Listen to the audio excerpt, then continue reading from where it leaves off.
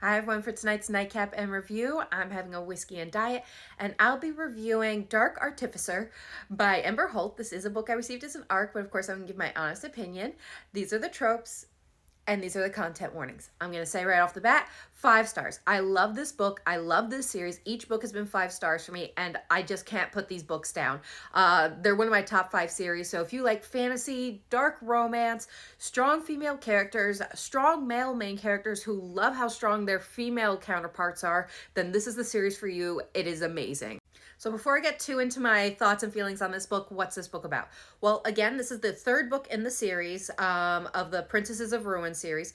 You have Brutal Rival, Feral Guardian, and then this one. They are technically standalones, but in my opinion, each one should be read in order because it really does add to the experience of each book. Especially with the final book, you're going to have to read probably the previous ones because I feel like the final book is going to be the final big battle, as it were. But this book is about the third princess, Elise, I believe is how you pronounce her name. And she's a soft-spoken bookworm, and her magical ability is that she can hear the thoughts and feel the emotions of those around her.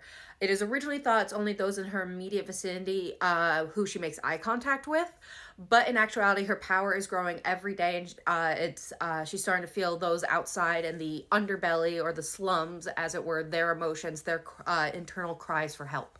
So she is very motivated to try and alleviate the pain of her citizens because she sees all the wealth and trappings that her and those in her station have, and she just, like, if they would just give up a little bit that so they could help so many is kind of her thought process. So what she does is to collect palace secrets, mostly those of her mother, the queen's secrets, to sell on the black market, and then the money she makes off of that, she goes into the slums to put food in people's bellies, give them a safe place to sleep at night, and gives them a care package so they can take care of themselves for hopefully a little bit of time.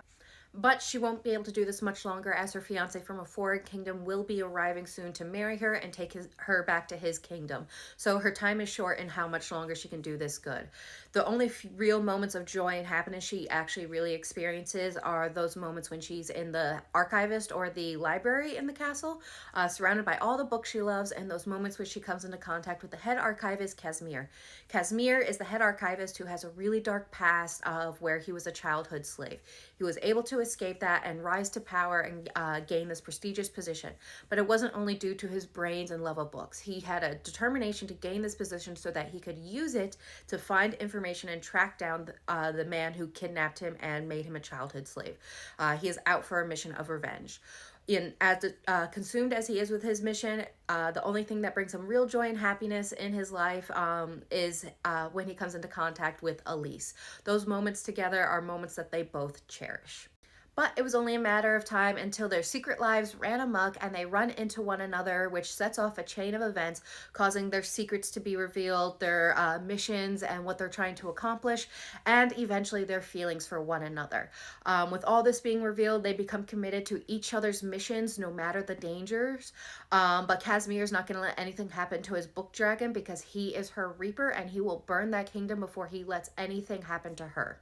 So, what are my thoughts on this book? As I said before, I love this book. Again, it was 5 stars, and I've loved each book for different reasons, and each couple for different reasons. For this book and this couple, I could really see Elise and Casimir being like my best friend couple. Like, I love them together. I love them separate.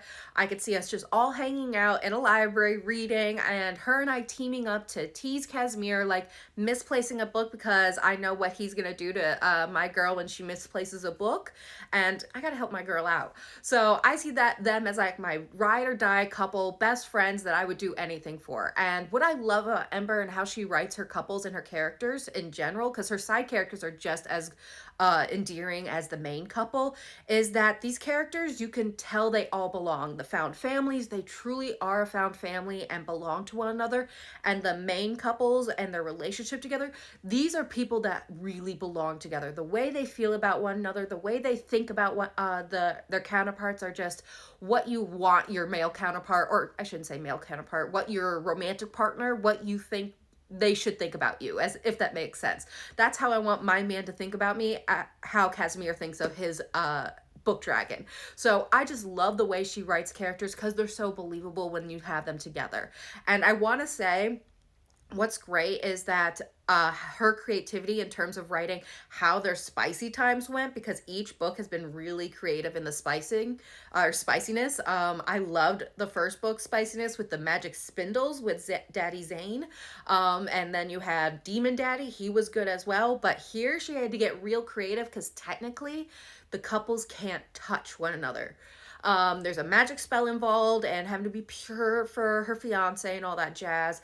But so they had to get real creative in how they had their spicy time, and it was really well done. I was messaging her, I'm like, if you ever do a not safe for work art, you need to do this scene because it is hot.